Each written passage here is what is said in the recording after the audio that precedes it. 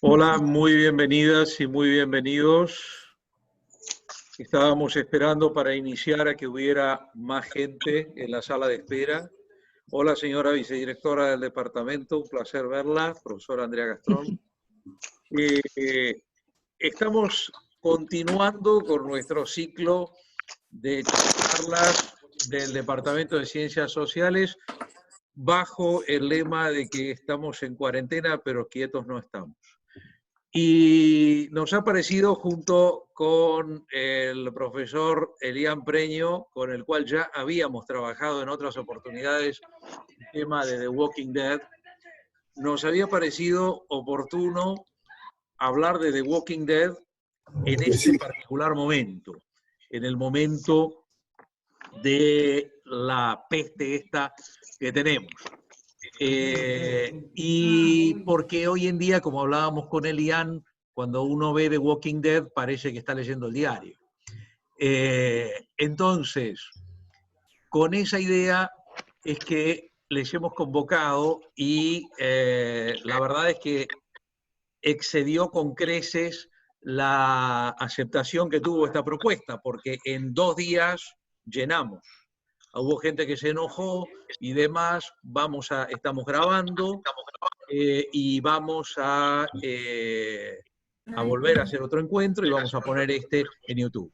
Lo primero que les pido, por favor, a todas y a todos es que silenciemos los micrófonos. Vamos a hacer muchos, vamos a hacer 100 personas. Entonces, basta que haya una persona con el micrófono encendido y ya se molesta el audio para todo el mundo. Vamos a comenzar con el querido profesor doctor Elian Preño, profesor adjunto regular de la Facultad de Derecho. Regular no, es bastante bueno.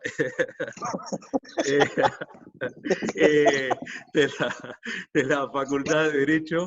Y además un especialista en cuestiones posapocalípticas. De entrada, bueno, cuando al principio lo llamaron a él de la OMS cuando empezó el coronavirus, pero cuando se vio que no se trataba de zombies, le dijeron que vuelva. Que vuelva después. Que vuelva después, que vuelva en otra oportunidad. Querido doctor Elian Preño, yo me voy a ocupar de seguir admitiendo a las personas que están golpeando las puertas electrónicas de nuestra sala y para que se vayan sumando. Y entonces te paso la palabra. Adelante. Bueno, muchas gracias, muchas gracias. Y por supuesto, cuando se cumpla el tiempo, mano militar y me cortás, porque una de las cosas que tiene esta serie es que uno no para más, ¿no? Uno no para más de seguir sacando cosas, ¿no? De seguir encontrando cosas. Y por supuesto me pliego al saludo a todos los que están, que no sé quiénes son, pero seguramente es gente que gusta mucho de este género, que a mí siempre me llamó la atención el género post-apocalíptico, ¿no? Porque uno se imagina que el apocalipsis es el final, pero esto es post, o sea que es después del final y quiere decir que es que hay algo más, ¿no? Lo cierto es que tenemos 10 temporadas, que ya para mi gusto las últimas pasan para el olvido, correspondería olvidarlas, es como que estamos haciendo facturar más de la cuenta el tema. Pero ciertamente es lindo, ¿no?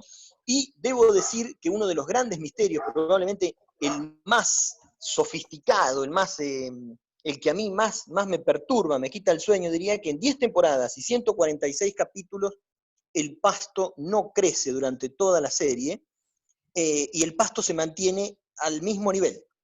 Uno se imagina que 15 días después de no cortar el pasto, uno diría, bueno, caramba, ya deberíamos tener un matorral de 2 metros de alto, sin embargo, los pajonales se mantienen rigurosamente cortadas, las flores cuidadosamente florecidas, a pesar de que nadie las riega.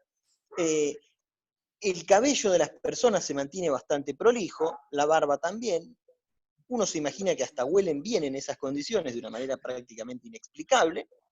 Pero lo cierto es que son detalles, cositas que a mí me han llamado la atención, como así también la explotación de los recursos naturales, que ese es uno de los temas que quiero plantear. Pareciera ser que las motocicletas y los vehículos el combustible germina naturalmente, se va autogenerando en los tanques, ¿no?, de gasolina, no se consume nunca, no se gasta nunca, lo cual resulta equiparable a esa comida que uno deja en la heladera y no se termina de ir nunca y sigue, y sigue, y sigue, y sigue generándose. Lo cierto es que son 10 temporadas, 146 capítulos, este género post-apocalíptico, género terror, género ficción, uno no sabe bien de qué se trata, tuvo hijos, la serie tuvo hijos, y que con Ricardo coincidimos que por momentos la supera, y vaya que la supera, que se llama Fear the Walking Dead.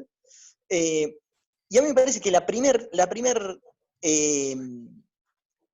conclusión, pero que en realidad es una premisa para disparar el debate y la discusión, temporadas, creo que ahí pasó la moto con nuestro amigo.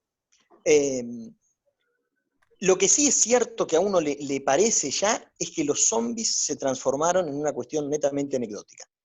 Al punto tal que los zombies podrían estar, como no, y la trama conservaría su riqueza, el argumento conservaría su riqueza, porque si hay algo que uno puede decir respecto de la serie, es que se hace cargo de uno de los temas más interesantes para los que trabajamos en ciencias sociales y la convierte, en mi opinión, en un tratadito de antropología cultural, en un tratadito de sociología, en un tratadito de ciencia política, y tanto es así que coincidimos en que tienen, y vaya que tienen lectura, por lo menos de los contractualistas, sin duda, ¿no? Uno se imagina a los guionistas, a los autores, leyendo a Hobbes sin la más mínima duda, han leído a Hobbes. Temáticas que me parece importante rescatar y que sobrevuelan durante toda la serie y que tienen implicancias para nosotros, alguna reflexión para nosotros desde el derecho. Bueno, lo primero es que se despliega en el ámbito temporal, espacial, material y personal. Porque en última instancia la serie construye una realidad. Si uno conjuga esos tres despliegues, de los cuales estudiamos desde que llegamos a la facultad, el tiempo y el derecho, el espacio y el derecho, los segmentos del mundo y el derecho, y las personas y el derecho, devuelve una construcción de la realidad. Y ese pareciera ser que es el esmero, ¿no? Lo que perturba en algún sentido y lo que desvela a los protagonistas. Espacialmente, claro, nosotros estamos situados en Georgia, y el tiempo no sabemos bien exactamente cuánto tiempo transcurrió desde que comenzó este apocalipsis allí con la primera escena y hasta ahora, pero más o menos podemos decir que tenemos una idea. Sin duda, Rick nos posiciona ante el liderazgo óptimo, ¿no? Y hoy, vaya que es una discusión interesante en tiempos de pandemia, en tiempos de una epidemia global, acerca de quién asume los liderazgos y de qué modo, y de fondo, la pregunta que subyace, y esto le va a gustar a los teóricos del Estado y a los que se dedican a filosofía política, esa pregunta clásica de los anarquistas acerca de por qué un hombre debe obedecer a otro hombre, y esta fundación constante de un nuevo contrato social, y por supuesto, quienes intentan salirse de ese contrato social, quienes están buscando la manera de correrse de ese contrato social, o por lo menos tratando de hacerle alguna triquiñuela, escapándose de los acuerdos, ¿no? Porque en última instancia hay una lucha constante por el poder y un desafío constante a la idea de autoridad y el modo en el que esa autoridad se va a ejercer y de últimas se va a legitimar. Eso siendo conscientes de que el poder nunca está vacante, ¿no? y que siempre está en disputa, lo que se juega indudablemente son modelos de ejercicio del poder. La idea de la autopreservación también es muy fuerte, que conjuga el interés particular y el interés general. Eso que también vemos ahora en tiempos de COVID-19. Ese interés particular y ese interés general de una manera constante, que por cierto se despliegan en modelos que priorizan y salvaguardan la democracia, el ejercicio de la democracia y los procesos para tomar decisiones, las formas de tomar decisiones es algo que se ventila durante toda la serie, y sobre todo las tensiones donde la tradición moral americana, ¿no? La tradición de los Quakers se filtra bastante ahí, permanentemente están pivoteando en los dilemas morales, y la salvaguarda de la democracia y la igualdad versus, del otro lado, el autoritarismo, ¿no? Pero ciertamente el proceso de toma de decisiones, ¿no? Y cómo argumentar y qué decidir y qué es lo que hay que priorizar, bueno, eso está durante toda la trama, ¿cierto? Pero la idea de interés individual, interés general, libertad versus fraternidad, eso sobrevuela toda la trama está ahí y se pueden ver los modelos autoritarios, donde aparecen el bueno y el malo todo el tiempo, y al mismo tiempo el desafío constante al carácter gregario, como cuánto estamos dispuestos a salvarnos entre todos, o como cuánto estamos dispuestos a que aparezca ese egoísmo, ese individualismo, que por momentos dice, caramba, ese egoísmo, ese individualismo, pero implica salvar o no la propia vida, por lo tanto aprovechan los americanos en esta serie para ventilar la cuestión del héroe, ¿no? Esa idea que es un lindo tema para pensar, ¿no? ¿Qué es primero? Si los héroes y los pueblos a los que esos héroes salvan, o los pueblos que gestan a esos héroes. Esa me parece que es una linda temática para pensar también, ¿no? ¿Son los hombres que surgen de esos pueblos, o son los hombres con capacidad de salvar a esos mismos pueblos? Y pareciera ser que, como siempre, la cosa vaya por el medio, ¿no? Y sea una integración compleja e interesante para reflexionar. Por supuesto que nos hace repensar, pensar y repensar permanentemente la idea de Estado, es decir, si nos podemos organizar sin Estado, ¿qué tan prescindible es el Estado? Y uno a veces piensa y dice, caramba, qué suerte tendrán los políticos si nos llegamos a dar cuenta que la capacidad de organización a veces es a pesar de ellos. 2 A veces... minutos, Elian. 2 minutos, bueno, mira, voy a seguir entonces, voy a avanzar. Bueno, por supuesto, la guerra y la paz, la cuestión de la amenaza y la violencia simbólica y el desafío de las reglas, las coaliciones y las treguas, esto desde el punto de vista de la conflictología seguramente da para debatir, la idea de propiedad en discusión, ya nadie sabe de qué es de quién, y en última instancia qué sentido tiene tener cosas en un lugar donde ya no queda nadie. La defensa del más débil y el heroísmo, la teoría del mal menor aparece muchas veces, y aquí los amigos del derecho penal podrían hacer hermosas reflexiones en torno a la legítima defensa, en torno al mal menor. Bueno, eso está todo el tiempo sobrevolando en la serie. Y después aparecen algunos temas que tanto a Ricardo como a mí nos gustan y mucho porque tienen implicancias en el campo del bioderecho.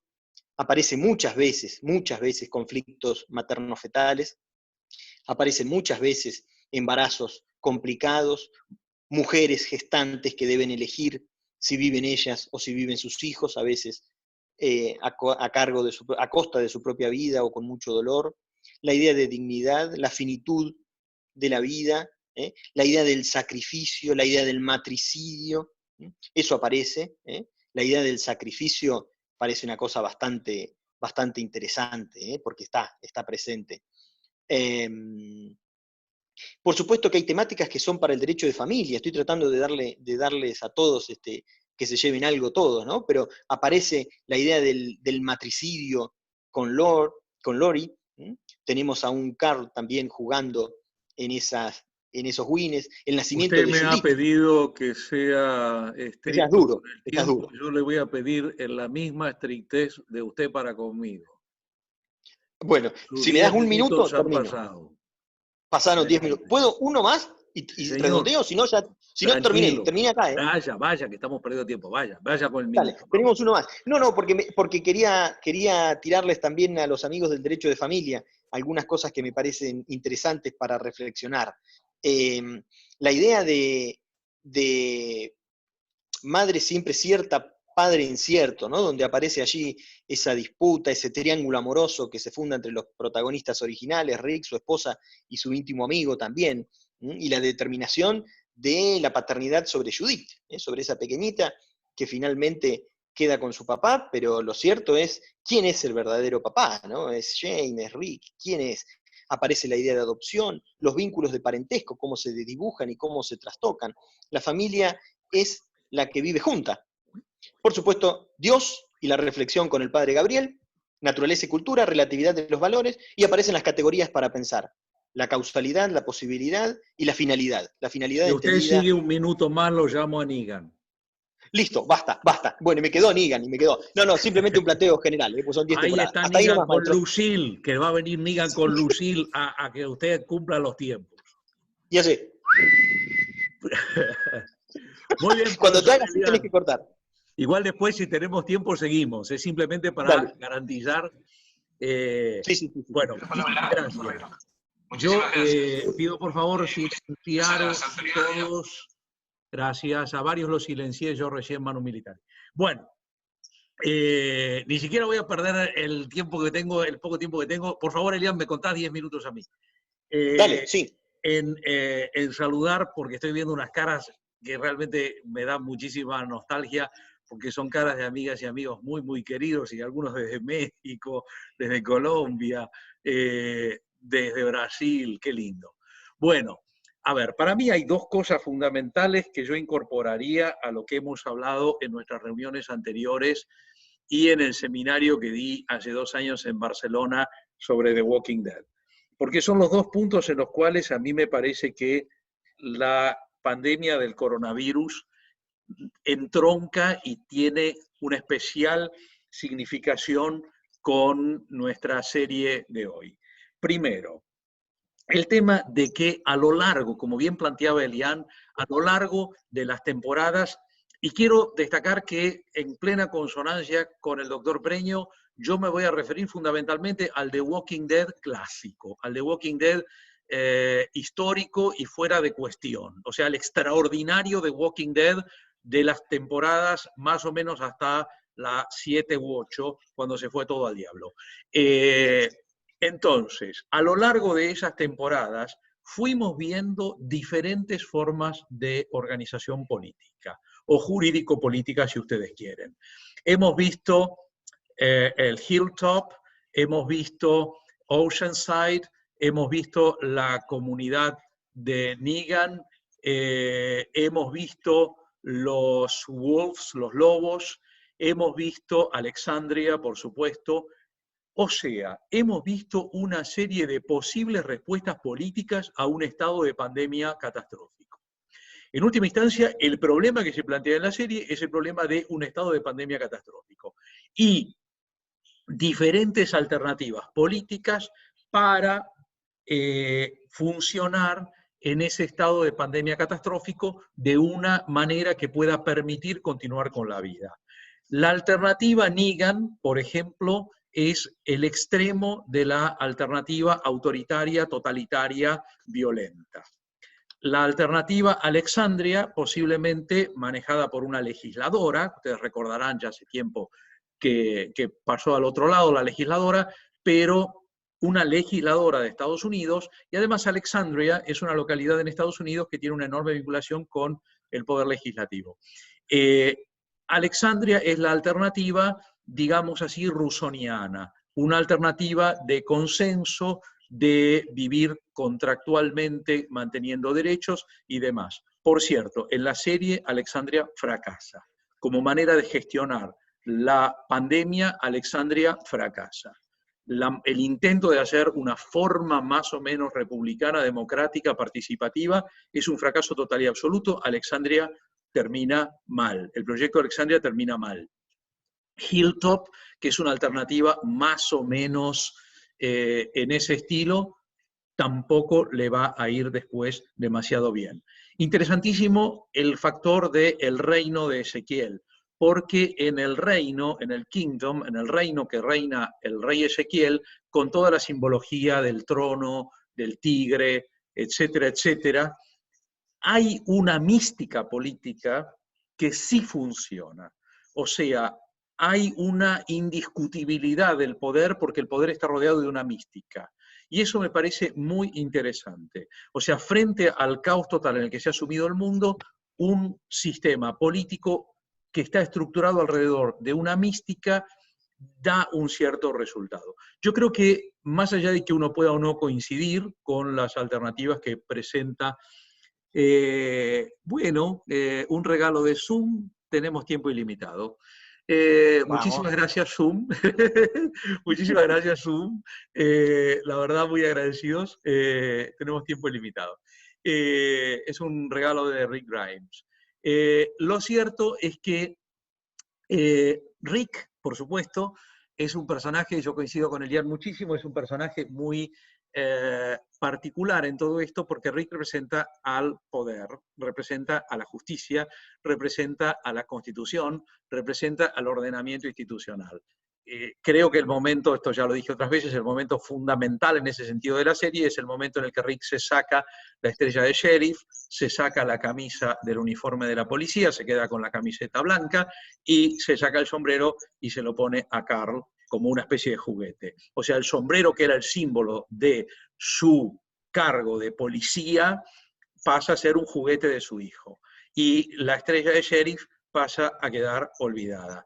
Ese es el momento en el que desaparecen en la película las instituciones. Y ahí viene mi segunda observación con relación a The Walking Dead a la luz de la pandemia del coronavirus. Y acá voy a entroncar mucho con algo que dijo recién, con mucha sabiduría, Elian Preño. Desde el principio de la serie, desde yo creo que la tercera temporada, lo que sea, caminantes o como se los quiera llamar, cada grupo les da otro nombre distinto, los walkers, los walking dead, lo que sea, dejan de ser lo más importante.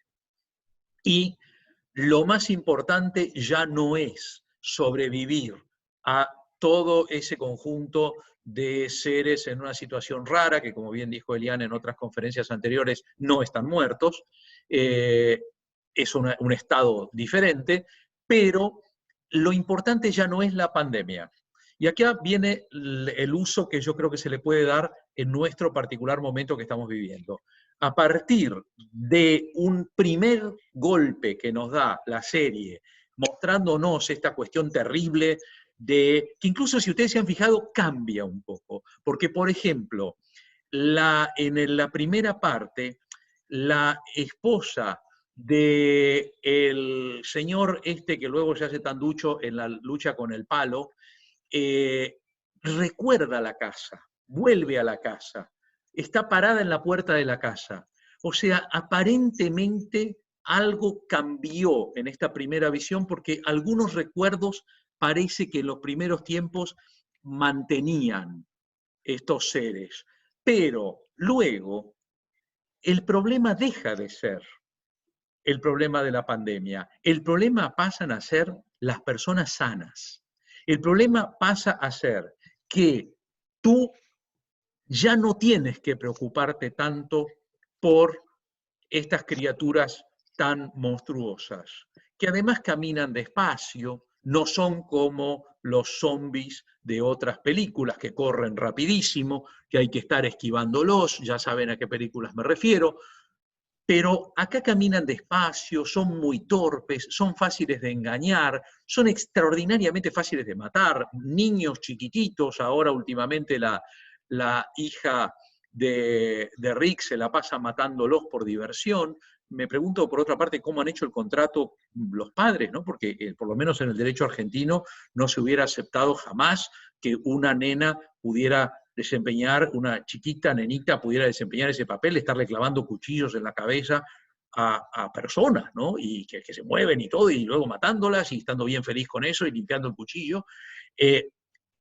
Parece que la sociedad norteamericana, que los niños anden con cuchillos matando gente, bueno, en el país de Trump puede esperar cualquier cosa. Pero lo cierto es que la cuestión es que ya el problema no es el problema de la pandemia en sí.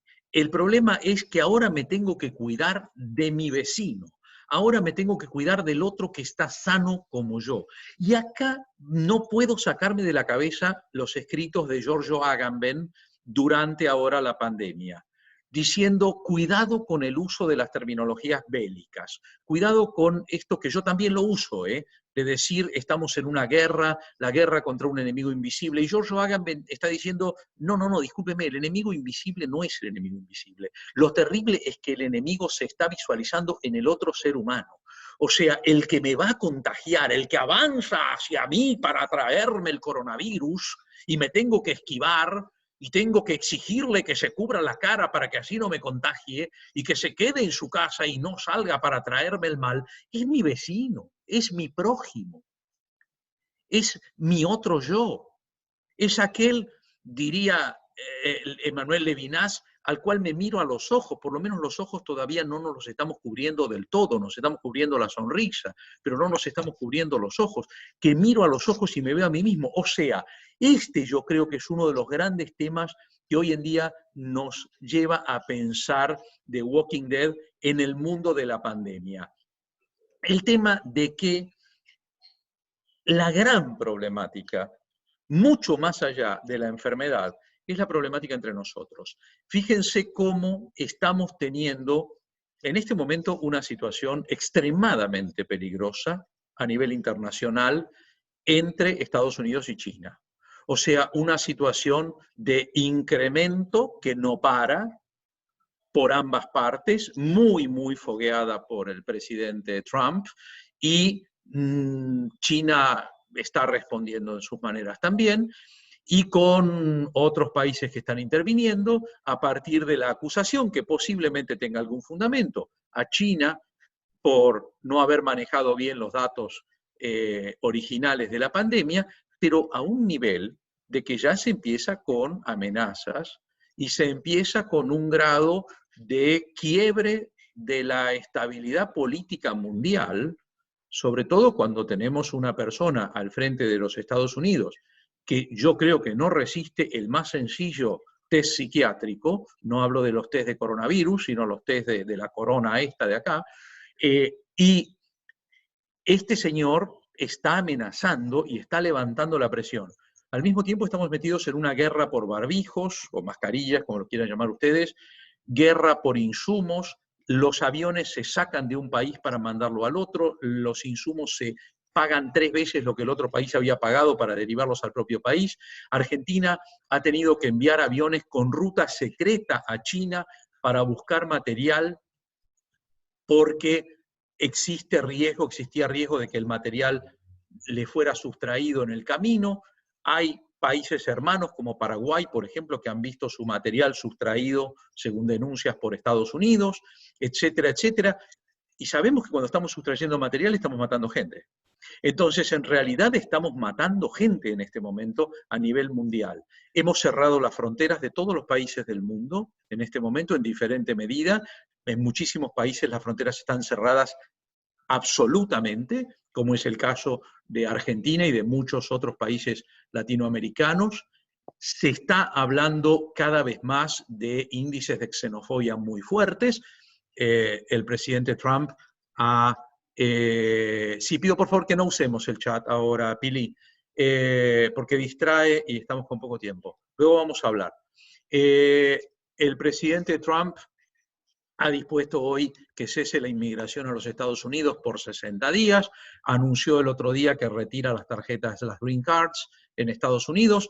Hay un incremento de la xenofobia en una gran cantidad de países, incluso las reacciones que ha generado, por ejemplo, en Argentina, la propuesta de la venida de médicos cubanos, que indiscutiblemente es una reacción que más allá de las cuestiones médicas que trae, que son dignas de ser debatidas, tiene un elemento xenofóbico muy claro en muchos de los discursos que se están haciendo en ese sentido. No queremos médicos cubanos, traigan a los argentinos. O sea, hay un renacimiento de los nacionalismos en todo el mundo, con un carácter biológico. Acá yo creo que Foucault tendría bastante para decir. Lástima que se murió Foucault, porque sería interesantísimo escuchar qué es lo que opina desde el ángulo de la biopolítica.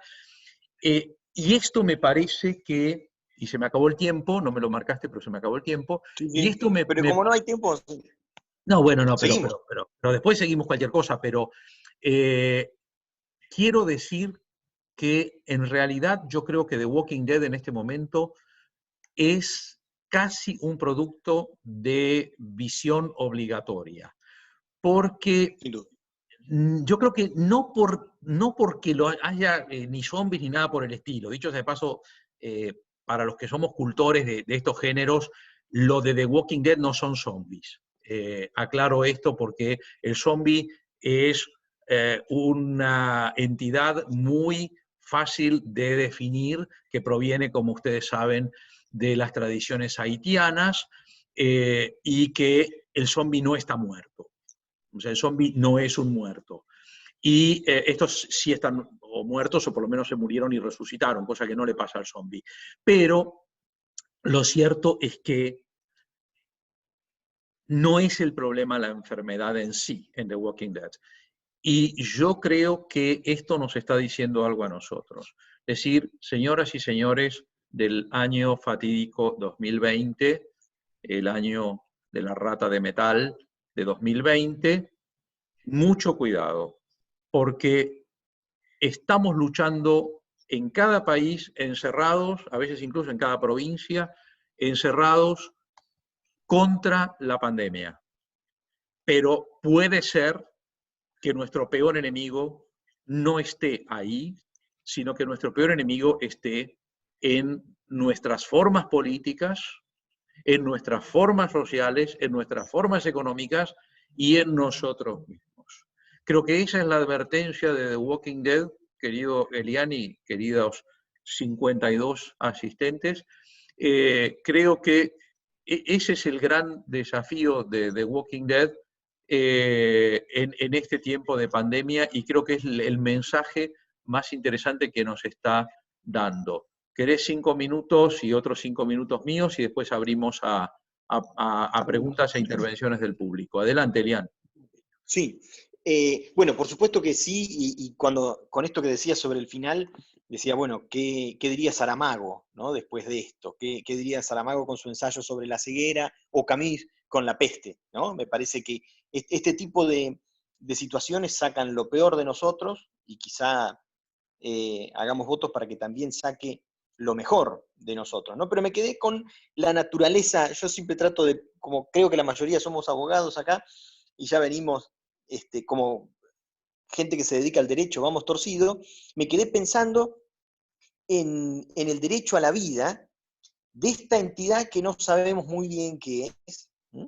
Porque claro, si uno dice hay que matar a los zombies, sería un delito putativo, ¿no? Uno se pone a pensar en la figura de matar al muerto, que no está muerto, pero que, como bien marcaste, y me quedé, y bien porque lo había dicho alguna vez también eso, lo de el recuerdo, ¿no? Y hay algunas funciones vitales, o sea, estos zombies tienen funciones vitales. Por lo pronto comen, no sabemos si lo hacen para saciar algún tipo de hambre, si lo hacen por deporte, si saben cuando están llenos o no saben cuando están llenos, pero lo cierto es que los tipos despliegan funciones vitales, la de comer seguro, pareciera que no duermen, pareciera que no experimentan cansancio, si bien gastan poca energía en proporción a lo que comen, y a mí una de las cosas que me impacta también es que esos tejidos muertos tienen una fuerza impresionante a la hora de hincar los dientes, ¿no? Que eso sí que resiste. Y una problemática linda, y la encarna el padre Gabriel, eh, es el lugar de Dios en las pandemias, y que también lo estamos viendo acá. Por ejemplo, hoy o ayer, no me acuerdo, pero leía en los diarios de una provincia argentina, en Catamarca concretamente, se le ha ocurrido, yo soy muy respetuoso de todas las confesiones, pero se le ha ocurrido a la Grey Católica de Catamarca sacar a deambular por las calles, no a modo de procesión, porque no invitan a una procesión, pero sí a hacer recorrer las calles de la ciudad a la Virgen bajo la advocación de Nuestra Señora del Valle, que es una devoción popular y que inevitablemente la gente sale afuera. Entonces, a mí me parece que ahí hay una reflexión interesante también desde la antropología cultural, ¿no? No para hacer religión, ni mucho menos, pero me parece que la antropología cultural invita a pensar el lugar de Dios en medio de la pandemia. Y aparecen mensajes que son por lo menos para prestarle alguna atención. Si es Dios que se está vengando, si nos manda...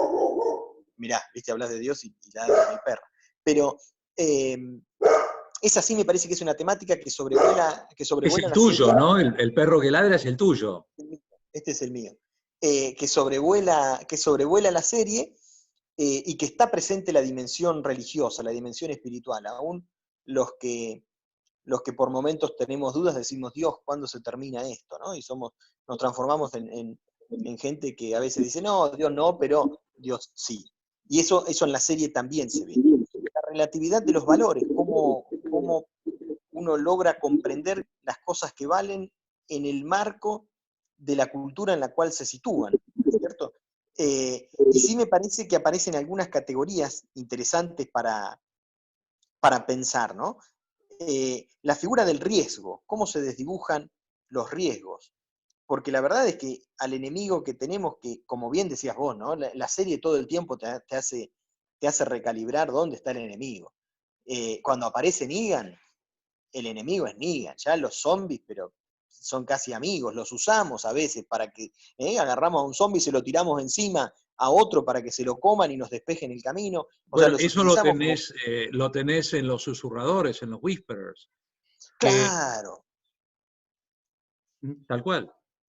Entonces, digo, pero fíjate cómo los zombies pueden transformarse en un aliado perfecto, sin quererlo, para que ataquemos y demos el golpe a Negan o le demos el golpe al gobernador, o aparece la figura de la traición también, ¿no? Como el grupo jerarquiza un nivel de confianza básico que muchas veces descansa en una estrategia. Esto le toca a fulano accionar tal cosa, o le toca avisarnos cuándo, o tiene que lanzar un juego pirotécnico para darnos cuenta, y cómo pesa la traición, cómo pesan los intereses. Pero también me parece a mí que aquí hay algo interesante para pensar, es cómo empieza a desdibujarse el propio interés cuando no sabemos bien para qué queremos el tiempo, por ejemplo. Ahora que nos sobra el tiempo, yo creo que nunca, y corregime vos, Ricardo, en esto, no solamente porque voy a hablar de medicina, sino porque voy a hablar de historia, pero creo que nunca, jamás en la historia hemos recibido una indicación médica tan sencilla, tan simple, tan fácil de comprender y de cumplir. Por primera vez no nos piden que nos vacunemos, no nos piden que tengamos adherencia con un tratamiento que nos complica la vida, no nos piden que dejemos de comer las cosas que nos gustan, no nos piden que nos abstengamos del alcohol, no nos piden que nos abstengamos de fumar, nos dejan tener sexo más o menos libremente, no nos dan ninguna contraindicación, ninguna indicación, lo único que nos dicen es quédense en casa y no lo hacemos. Es una cosa bastante interesante esta, ¿no? Creo que los médicos nunca fueron tan generosos en decirnos, quédese en casa, no salga de su casa, y es la indicación más difícil de cumplir. Al menos nos tienen que, me parece a mí, ¿no? Yo no tengo recuerdo de que haya habido una indicación médica de estas características. No nos piden adherencia a tratamientos, no nos piden que soportemos efectos adversos de vacunas que no sabemos bien cómo son, nos dicen, quédese en su casa. Y aún así, nos resulta de imposible cumplimiento, nos resulta imposible cumplir. Y sí, con esta por ahí ya me voy, no me voy, pero sí me quedo callado, quiero decir. Algunas temáticas que aparecen de manera esporádica, o que empiezan y terminan y que nos dejan pensando, ¿no? El sistema de premios y castigos, como en algunos casos se actualiza.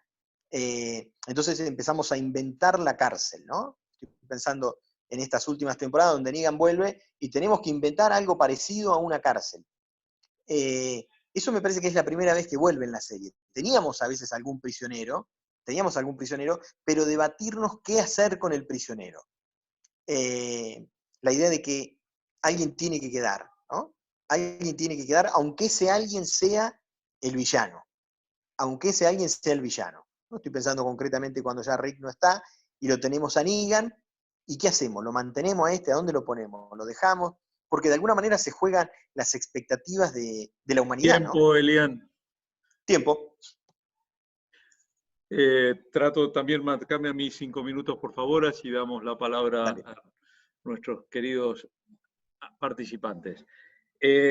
Yo tomaría, bueno, primero coincido con la recomendación de volver a leer en estos días el ensayo sobre la ceguera de José Saramago, porque creo que es muy, muy útil para ver estas situaciones catastróficas de pestes y pandemias y todos estos nombres raros. Creo que hay un factor que está tratado en Fear the Walking Dead y no en The Walking Dead. Yo coincido con lo que dijo Elian en el sentido de que Fear the Walking Dead, especialmente en sus primeras temporadas, ahora me está defraudando bastante, pero en sus primeras temporadas creo que superó en muchos aspectos a The Walking Dead. En Fear the Walking Dead, si ustedes recuerdan, en la primera temporada se trata un aspecto que se soslayó completamente por el coma de Rick en The Walking Dead, que es cómo empezó todo y qué se hizo cuando la pandemia comenzó. En Fear the Walking Dead, donde está esa escena impresionante de la costa de California incendiada, vista desde el barco, la cuestión es así, si ustedes recuerdan. El Estado inicia en un primer momento una política policial y militar de represión. La gente es obligada a establecerse en núcleos restringidos, una especie de campos de concentración para no tener contacto con los contagiados, y esto todo bajo un control estricto donde todo el ejército de lo que está quedando de Estados Unidos, porque Estados Unidos está en total crisis, está funcionando. Este sistema lleva, al principio, si ustedes recuerdan, las actitudes del ejército y de la policía son simpáticas, estamos actuando por el bien de ustedes, todo esto lo hacemos porque queremos que ustedes no se enfermen, que ustedes no se contagien con esta pandemia. No se usa la palabra pandemia, pero nosotros la podemos colocar tranquilamente. En determinado momento se ve que la situación no se está manejando bien y además la gente empieza a rebelarse. Entonces se cae todo. Y se cae todo, y cuando se cae todo, se cae Estados Unidos y se cae todo el esquema represivo que se había montado. Fear the Walking Dead lo que está diciendo es, frente a una pandemia de características catastróficas, no sirven las políticas puramente represivas hechas manu militari con el ejército y con la policía. No sirve decirle a la gente, la estamos reduciendo, la estamos confinando con helicópteros. Fíjense que el helicóptero, por ejemplo, acá en Argentina, el helicóptero fue constante durante los primeros días en Buenos Aires, era todo el tiempo pasarnos el helicóptero por encima, acá en casa, durante los primeros días del confinamiento. En Chile, en Santiago, si acá hay gente de Chile, me lo sabrán decir, pero mi hijo vive en Chile y los helicópteros pasaban por el cielo de Santiago permanentemente también. En Francia, en lugar de los helicópteros, lo que era omnipresente eran los drones, que pasaban por toda la ciudad de París todo el tiempo. Los helicópteros aparecen en Fear the Walking Dead permanentemente y aparecen en menor medida en The Walking Dead también como un símbolo de lo que queda de los Estados Unidos.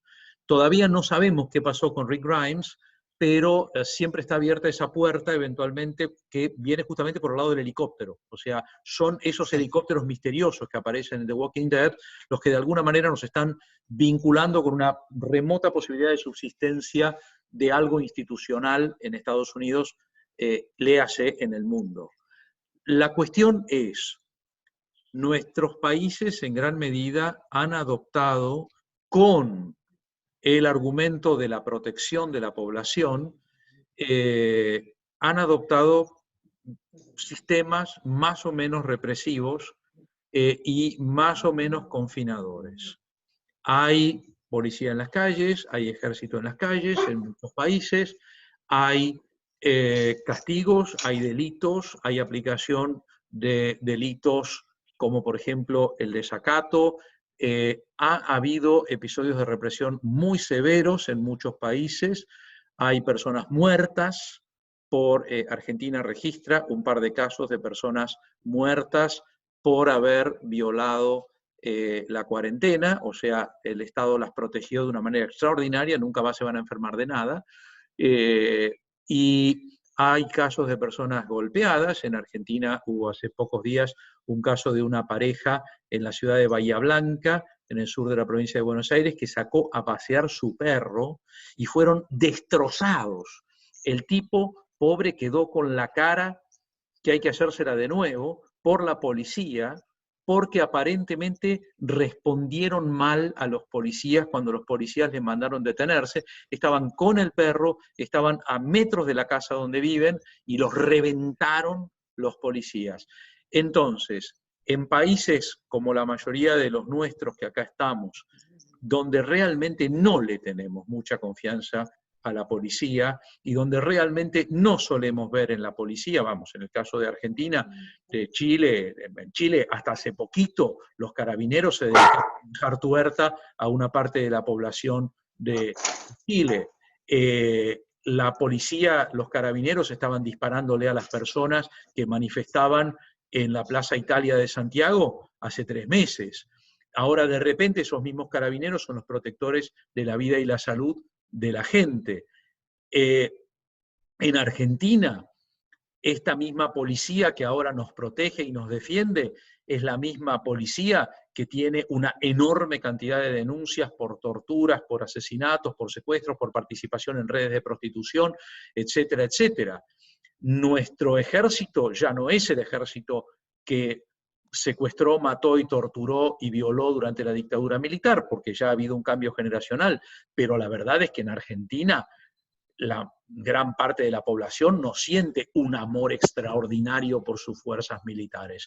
Entonces, ahora de repente nosotros estamos entregando nuestra salud y nuestro cuidado a este tipo de fuerzas, con países en los cuales los poderes ejecutivos están cobrando muchas veces un poder y demás que va más allá de los límites constitucionales. En Buenos Aires acabamos de tener la, a mi juicio, muy feliz declaración de inconstitucionalidad por parte de un juez que hizo honor a su apellido porque sacó la sentencia en muy poco tiempo y se llama de apellido Fastman, y casi un superhéroe, ¿no? Fastman, y la inconstitucionalidad de una norma exótica de nuestro jefe de gobierno de la Ciudad de Buenos Aires, disponiendo que las personas mayores de 70 años tuvieran que pedir un permiso diario por teléfono para poder salir a la calle, a hacer las compras o lo que sea. Y el Poder Ejecutivo de la Ciudad de Buenos Aires ha dicho algo extraordinario. Ha dicho, no vamos a apelar la medida, pero la vamos a mantener. O sea, decir, nos importa 4 pepinillos lo que diga un juez que declara la inconstitucionalidad. Esto es lo que yo creo que The Walking Dead nos está advirtiendo y avisando en las horas de la pandemia. Cuidado, cuidado, cuidado con la pandemia, porque es gravísima, pero muchísimo cuidado también con los otros seres humanos y con los gobiernos. Si te parece, Diane, abrimos. Che, una de las buenas cosas que tiene el Zoom es que no tenés aplausos. Y eso me encanta, porque no hay que estar como la foquita, ¿viste? Del circo esperando los aplausos. Me encanta eso. Nos liberamos de los aplausos y de toda esa historia. De ver, che, te aplaudieron, no te aplaudieron. Bueno, a ver. Alguien que le pusieron manitos, gracias por las manitos, está bien, buenísimo, pero lo dije en serio, lo dije en serio, porque yo me río muchas veces de que cuando uno se acostumbra al tema de los aplausos, entonces después uno se queda mal cuando dice, epa, pero no lo aplaudieron, no me aplaudieron más, me aplaudieron menos. Bueno, son huevadas. A ver, escuchamos intervenciones o preguntas. Fíjense que Elian y yo nos hemos medido mucho con el tiempo, así que por favor, quienes participen, sean medidos y medidas también. Y los demás mantengamos los micrófonos silenciados. Adelante, ¿quién quiere tomar la palabra? Que saque su micrófono y hable.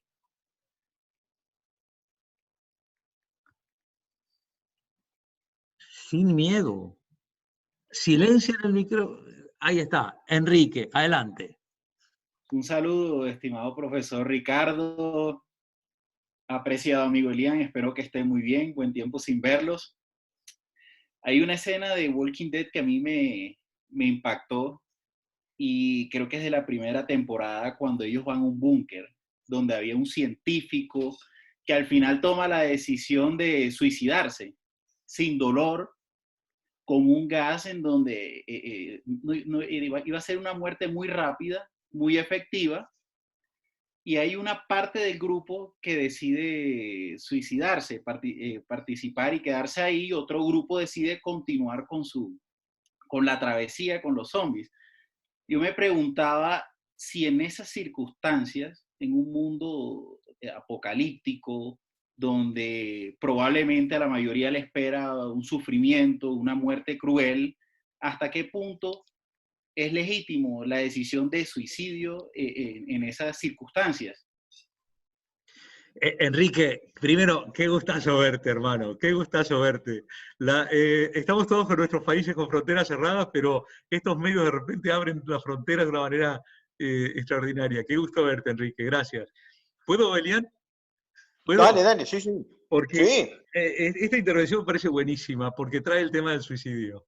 Y el tema del suicidio es el tema que justamente estuvimos hablando estos días con José María Pérez Collado, que acaba de terminar su libro sobre el suicidio, que ya pronto lo va a publicar. Y justamente yo le decía, ahora te toca escribir un capítulo nuevo, porque el suicidio está cobrando una importancia enorme en la pandemia.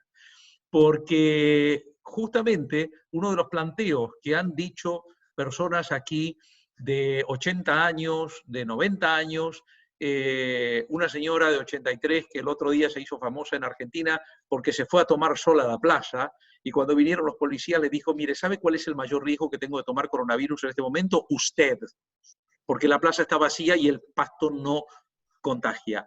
Bueno, pero uno de los argumentos que se han utilizado es el de que hemos construido dificultosamente, como todos los derechos humanos que se construyen con sangre, hemos construido a lo largo de la historia humana cada vez más una posición de derecho a suicidio, de no ver el suicidio necesariamente como un signo de locura y demás, sino como una opción vital, como una opción existencial, que uno puede compartir o no compartir, pero que merece respeto.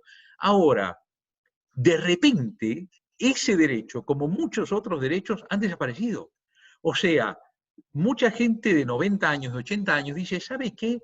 Y si me quiero, prefiero salir a ver el sol, a ver el parque y correr el riesgo que por ahora en Argentina, toco madera, es remoto, de agarrarme el coronavirus. ¿Qué pasó con esto? Y quiero recordar, Enrique, que cuando termina la Segunda Guerra Mundial y se comienza a tomar conciencia del desastre de Hiroshima y Nagasaki, se hace una película norteamericana, que para mí es una joya realmente dentro del periodo codificado norteamericano, dentro del periodo de las prohibiciones norteamericanas, protagonizada por el gigante Gregory Peck, un hombre muy vinculado con los derechos humanos, que se llama On the Beach, en la playa. Esta película, que surge en el año más importante de la historia de la humanidad, que es 1959, porque es el año que yo nací, es una película en la cual se supone, en un futuro, que estalló, sí, la guerra nuclear entre Estados Unidos y la entonces Unión Soviética. Y como resultado de la guerra nuclear, todo el mundo está radioactivado y un submarino nuclear cuyo capitán de Estados Unidos, cuyo capitán es Gregory Peck, va a Australia, que es el único lugar del mundo al cual todavía no ha llegado la radiación, pero está llegando. Y el gobierno de Australia dispone un suicidio masivo de la población de Australia, con unas pastillas que se reparten y que cada familia retira la suya y silenciamos, Morante, por favor, te silencio yo, Manu Militari, listo. Y así termina la humanidad. O sea, en esta película increíble de 1959, porque 1959 es una época todavía de películas muy pavotas en Estados Unidos en general, con happy ending y con toda esa huevada, esta película extraordinaria, en blanco y negro, la recomiendo muchísimo, la protagonista femenina es Ava Gardner, ni más ni menos, la recomiendo muchísimo, es una de las primeras películas que plantean seriamente el final de la humanidad. Y el final de la humanidad es por suicidio.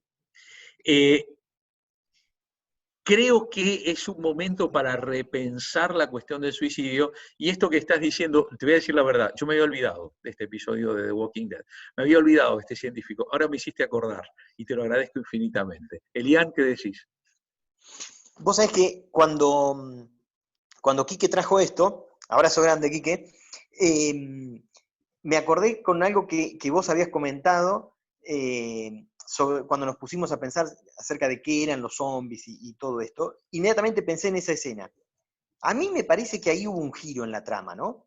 Porque todo parecía indicar que era una planta media secreta o un laboratorio secreto, que no sabemos muy bien qué hacía esa gente ahí, qué conocimientos tenía, hasta dónde estaba dispuesta a llegar, porque la verdad es que termina como dice Quique, donde la planta entera colapsa, pero tenían algo, o sea, conocían algo o tenían alguna idea, y a mí me parece que, yo no sé qué pasó ahí, si hubo alguna discusión entre los guionistas, o yo pensé en algún momento que la trama podía llegar a enfilar para ese lado, podía llegar a dirigirse hacia ese lado, para ver, es más, y me llama la atención que no haya aparecido en estas 10 temporadas de vuelta el tema, acerca de qué explicación científica tenemos ante este fenómeno.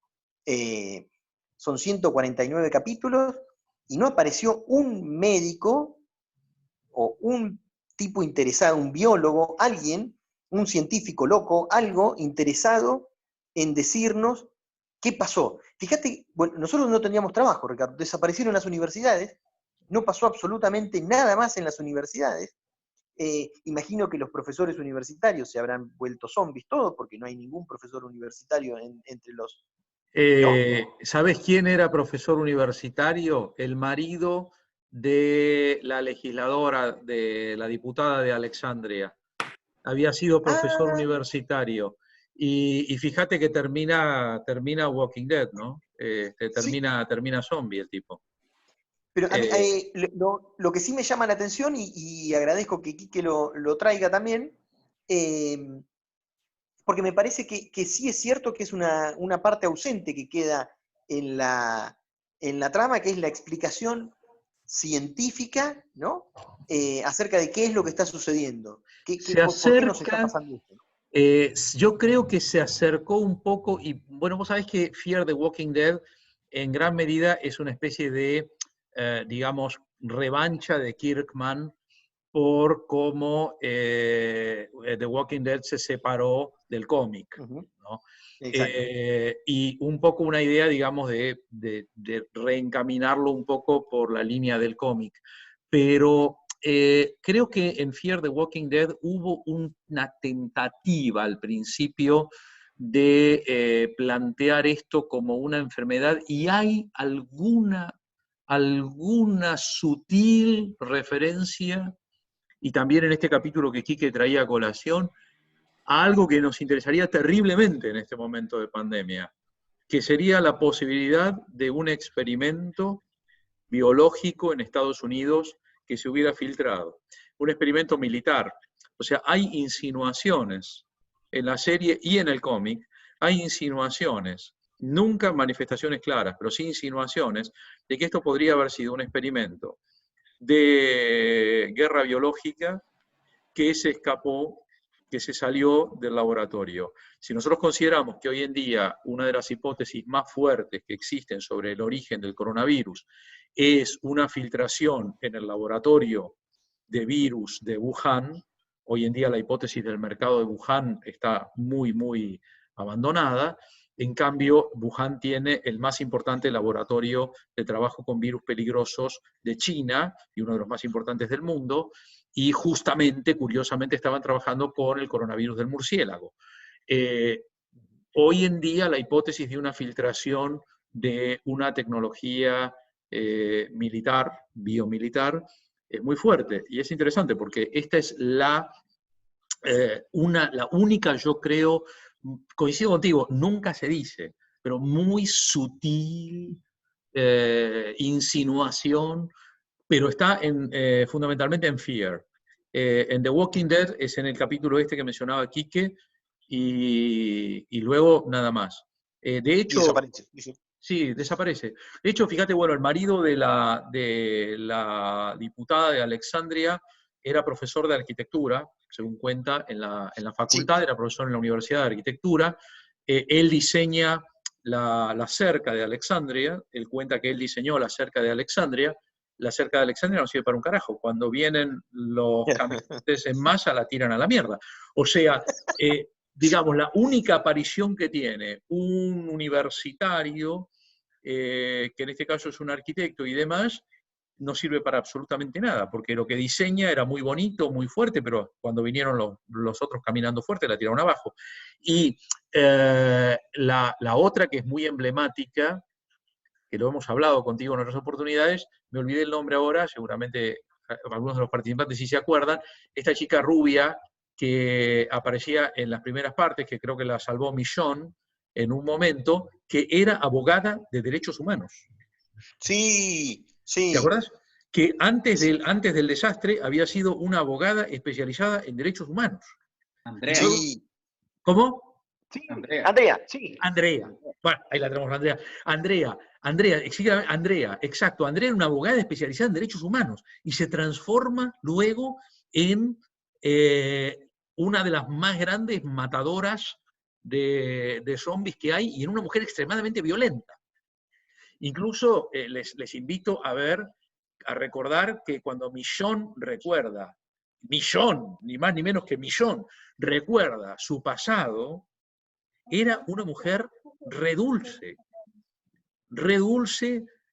una mujer súper pacífica, súper tranquila y demás, lo cual, digamos, hace pensar mucho. Mira, en estos días, a lo largo de este confinamiento, me he podido encontrar con varias personas a las cuales me he dado cuenta, por ejemplo, que el confinamiento las ha trastornado bastante.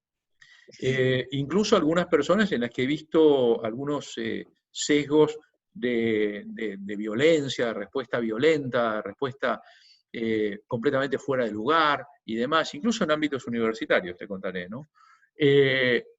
Lo cual te hace pensar, caramba, si con un mes de confinamiento en nuestra casa, con alguna posibilidad de salir y demás, hacer compras y esto, hay personas que se rayan de esa manera, bueno, frente a una situación como la de The Walking Dead, no quiero ni pensar cómo puede cambiar la psiquis humana. Ese yo creo que es otro aspecto que The Walking Dead nos está advirtiendo y nos está diciendo. Vamos, ¿quién más quiere hacer pregunta o intervención breve? Adelante. Hola, Ricardo. Fabián Altamirano desde Ecuador.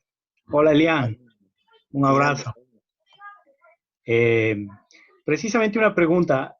Como la saben, en Ecuador la estamos pasando bastante mal con el tema de la pandemia.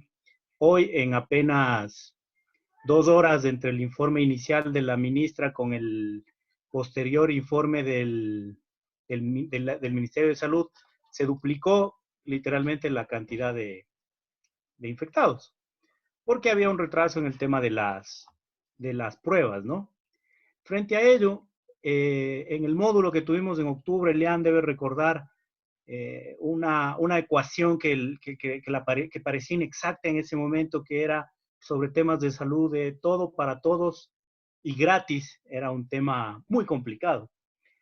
Ante esa cuestión, hoy, que como bien decía Elian, lo único que nos piden es quedarnos en casa, no nos cuesta nada.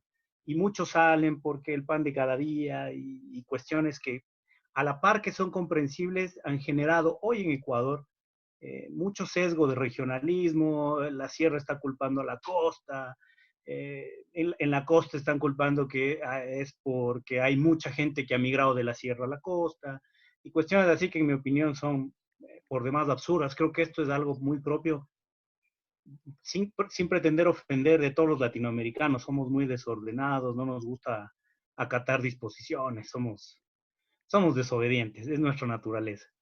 Pero frente a ello, ¿cómo planteo? Porque igual The Walking Dead me dice, no tengo, llega un momento dado en que alguien que por ahí practicaba enfermería termina siendo un médico, casi que un científico intentando amputar brazos, curar heridas, sanar, ayudar a dar a luz a una mujer.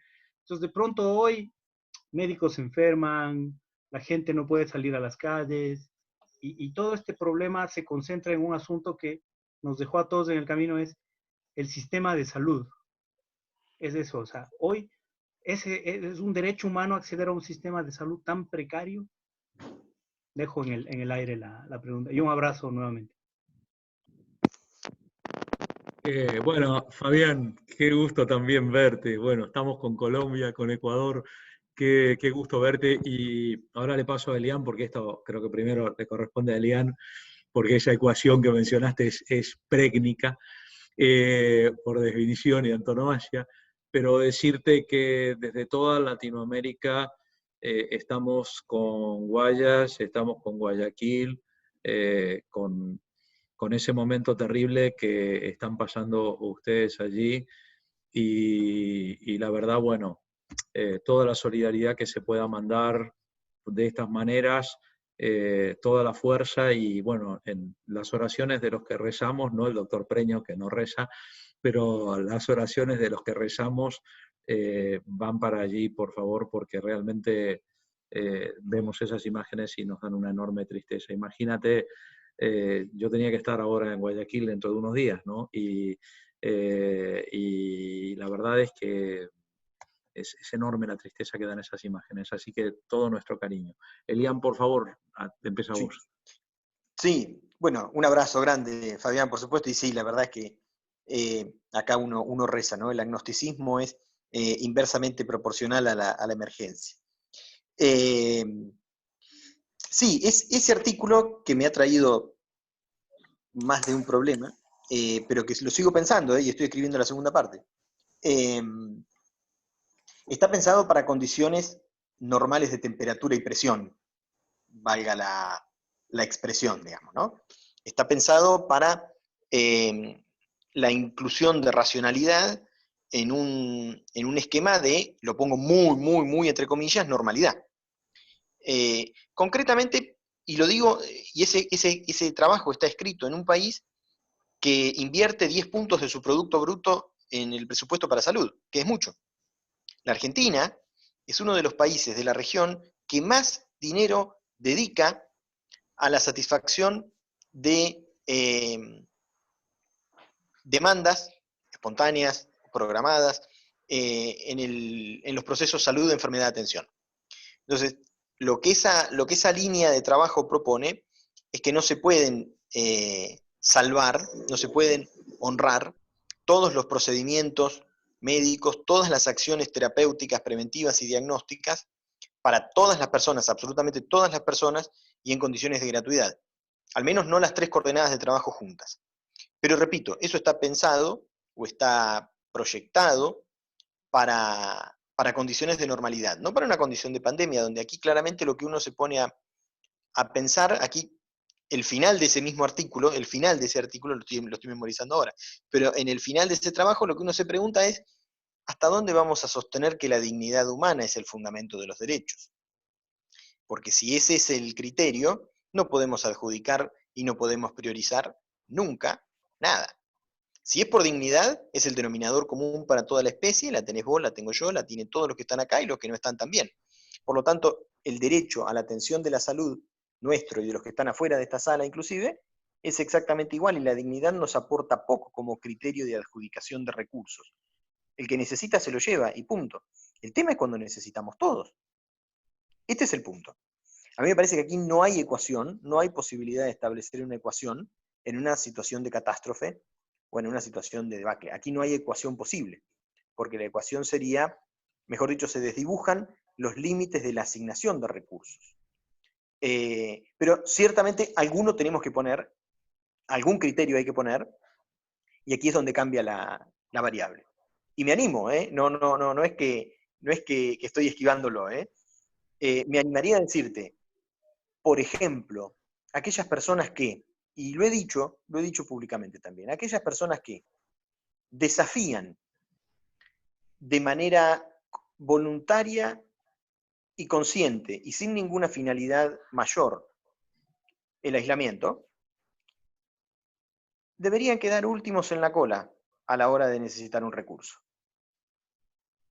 Es sumamente incómodo lo que digo, es sumamente desagradable lo que digo. Pero caramba, si la indicación es, señor, no salga, y usted sale a tomar sol, ¿qué hacemos si después viene y necesita un respirador? ¿Qué hacemos si después viene y necesita un lugar en la cama de terapia intensiva?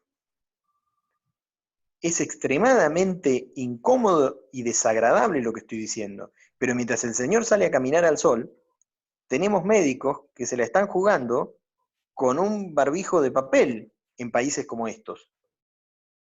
Y en países como nosotros también, ¿eh? Y no tienen guantes, y no tienen mascarillas, y no tienen tapabocas, o no tienen barbijos, o no tienen el nombre que le quieras poner. Entonces, caramba que uno tiene que empezar a invertir la ecuación. Si es por mérito, bueno, lo merecemos todos. Por necesidad lo necesitamos todos.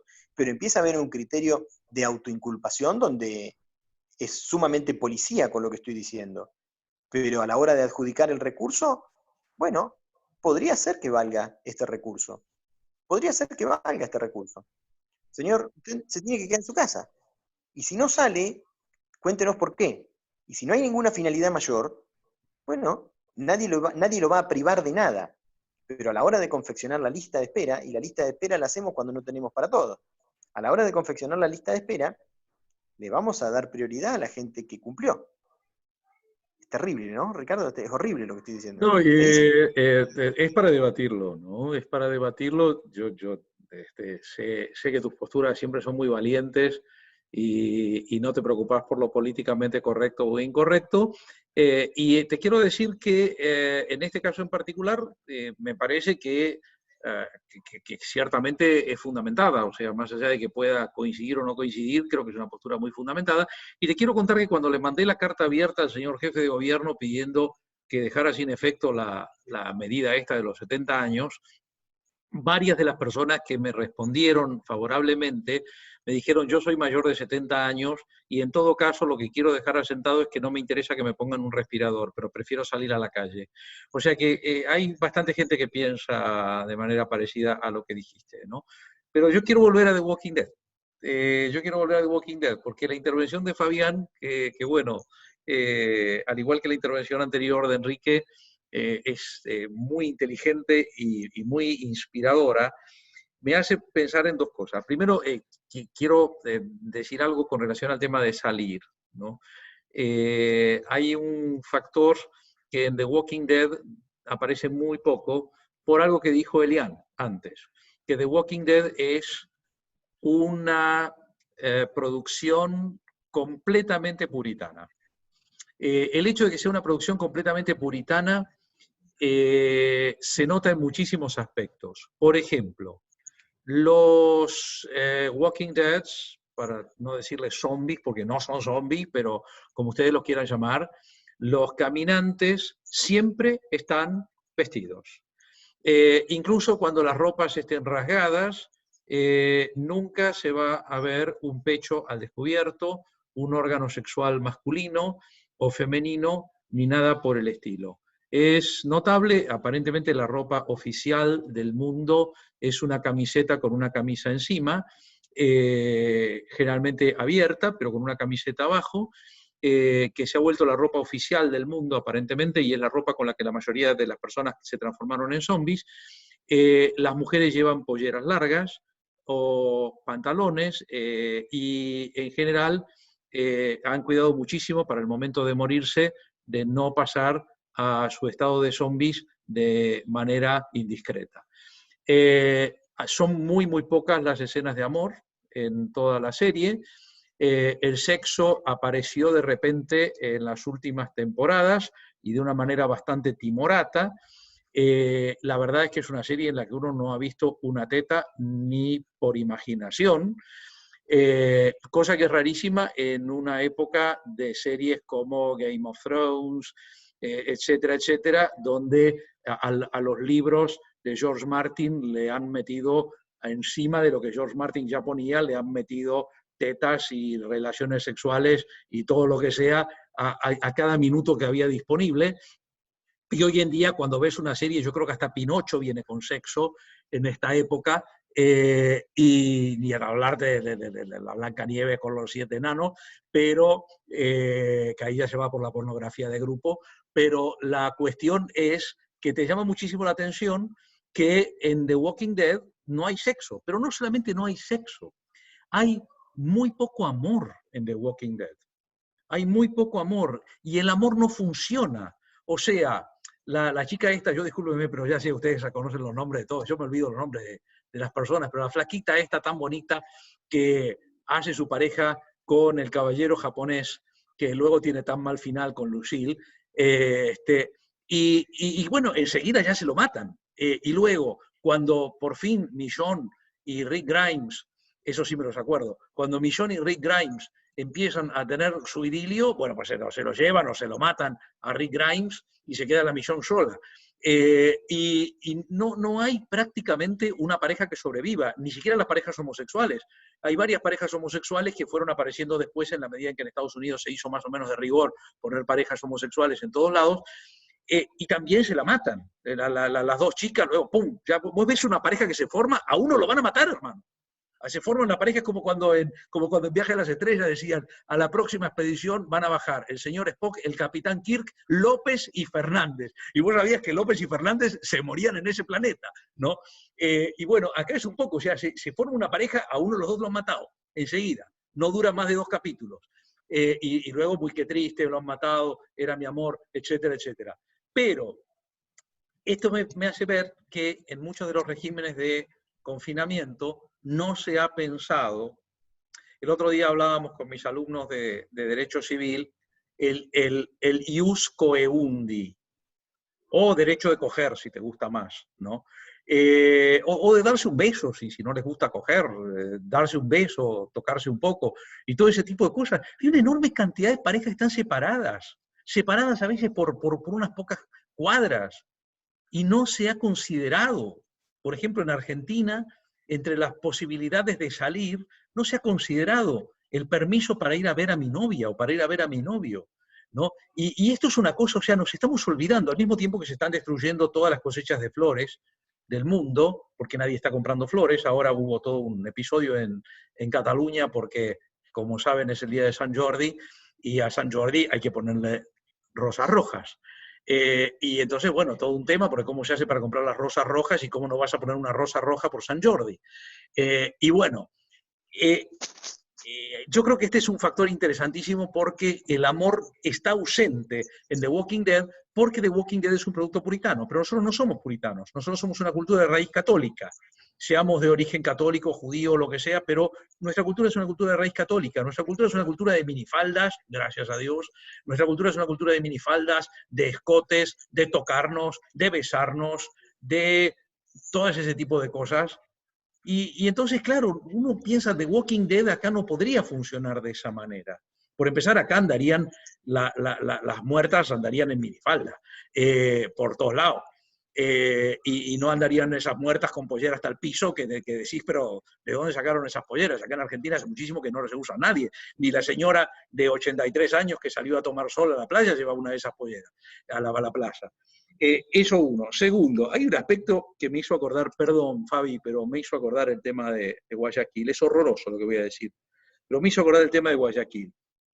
Y que tiene una relación de humor negro horrorosa con The Walking Dead. Y esto es humor negro, esto Elian, es totalmente incorrecto desde el punto de vista político. Mucha gente se va a salir de la reunión cuando diga esto, pero estamos teniendo un miedo terrible a los cadáveres. En muchos países se ha prohibido hacer velatorio. Por ejemplo, en Italia, en España, se ha prohibido hacer los velatorios. Entonces, las personas que mueren son más peligrosas que vivas.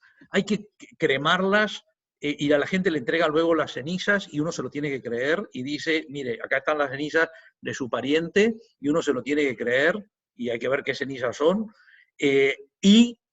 Entierros masivos, pero sin posibilidad de participación ni de verlo. O sea, hay un terror al cadáver en Argentina, y todo un episodio ahora porque un señor de más de 90 años que se murió de coronavirus en Nueva York, y han traído el cadáver a la Argentina, y ahora hay todo un escándalo porque hay un terror terrible con ese cadáver viene a contagiarnos, ¿no? Entonces, esto hace pensar un poco en los Walking Dead que te contagian después de muertos, ¿no? Y finalmente, a tu comentario tan excelente sobre el tema de que somos desobedientes. Bueno, yo creo que prefiero ser desobediente, y creo que lo hablamos alguna vez, prefiero ser desobediente y no ser obediente como los nazis, ¿no? Porque nosotros somos desobedientes porque somos bastante pensadores de qué cosas nos piden que hagamos. Yo estoy seguro que en Alemania, la profesora doctora Angela Merkel, que es una científica muy importante, aparte de ser política, y que me resulta muy simpática, y me resulta muy simpática muchas cosas que ha dicho con relación a al manejo en Alemania de la pandemia. Otras cosas no me resultan simpáticas, pero esta sí. Y yo estoy seguro que Angela Merkel le dijo a los alemanes que son alemanes, porque hoy en día en Berlín es muy difícil encontrar un alemán, pero, o por lo menos un alemán que su abuelo fuera alemán. Pero yo estoy seguro que cuando Angela Merkel dijo, señores, compatriotas, a quedarse en sus casas, el 99,99% de los alemanes que tienen cultura alemana tradicional dijo, ya, y se quedó en su casa y cerró la puerta y no salió. De la misma manera que un alemán cuando cruza una calle, un alemán promedio, cuando cruza una calle a las 4 de la mañana, espera que el semáforo se ponga en verde, aunque no haya un solo automóvil en 16 kilómetros a la redonda. Nosotros no somos así. Nosotros cuando nos dan una orden decimos, ¿y por qué, jefe? Claro, la diferencia es que los alemanes le dijeron, vaya, mate los judíos, y los alemanes dijeron, jawohl, y fueron, y mataron a los judíos. Nosotros somos a veces un poco más de decir, escúchame, ¿y por qué tengo que matarlo a este tipo? ¿Qué me ha hecho este tipo a mí? No, pero es una orden que le da el poder constituido. Y dice, ¿sabe qué? Yo el poder constituido, no sé, la verdad, ¿por qué tengo que cumplir con esto? Entonces, nosotros somos desobedientes. Pero acá viene una cosa que me parece interesante. Creo que The Walking Dead está diciendo algo sobre eso, cuando hablábamos antes, cuando te muestra el fracaso de las formas puramente autoritarias. Y la destrucción de Estados Unidos por insistir en una forma puramente autoritaria en la serie, especialmente en Fear the Walking Dead. A mí me parece que tenemos que escuchar a la gente que quiere quebrar la cuarentena. Si la vamos a poner últimos con el respirador, como Elian, bueno, puede ser, la ponemos última. Pero creo que hay que escucharlos. Hemos escuchado mucho insulto contra la gente que no quiere cumplir con las pandemias. Son esto, son lo otro, son lo de más allá. Sí, muchas veces hay gente que realmente tiene sus motivos para no cumplir con algo. Entonces creo que hay que escucharlos. Y la otra cosa que quería meter antes de terminar, para no, siempre hablo de más igual, pero es el tema de la genialidad en Fear the Walking Dead de pasar a México.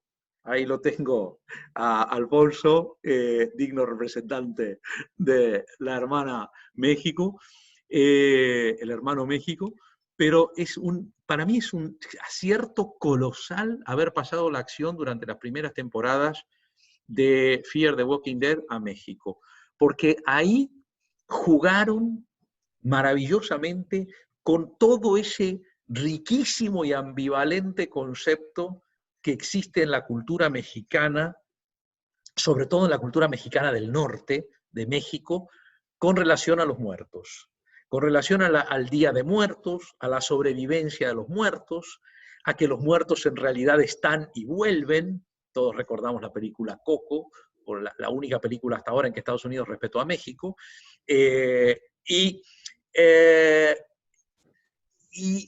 es muy interesante, porque si ustedes se fijan, una de las características que tiene la cultura de nor-mexicana en Fear the Walking Dead es que a los caminantes no los matan, los guardan en unos enormes alambrados, pero no los matan, porque en la cultura mexicana siguen estando y siguen siendo mi papá, mi mamá, mi hermana, etc. Y esto es muy interesante porque esto muestra otra dimensión.